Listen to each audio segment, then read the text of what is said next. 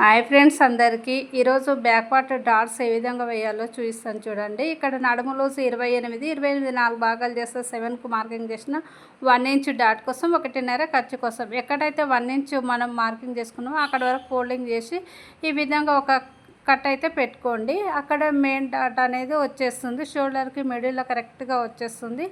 Dot పొడవు వచ్చేసి ఒక 4.5 ఇంచెస్ అయితే తీసుకుంటున్నాను. నేను ఇక్కడ బ్లౌజ్ హైట్ వచ్చి 15 ఇంచులు ఉంది కాబట్టి నేను 4.5 ఇంచెస్ అయితే తీసుకున్నాను.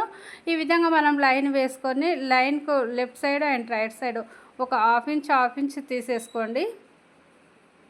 ఈ విధంగా హాఫ్ ఇంచ్ తీసేసుకొని ఈ విధంగా డాట్ వేస్తే సరిపోతుంది.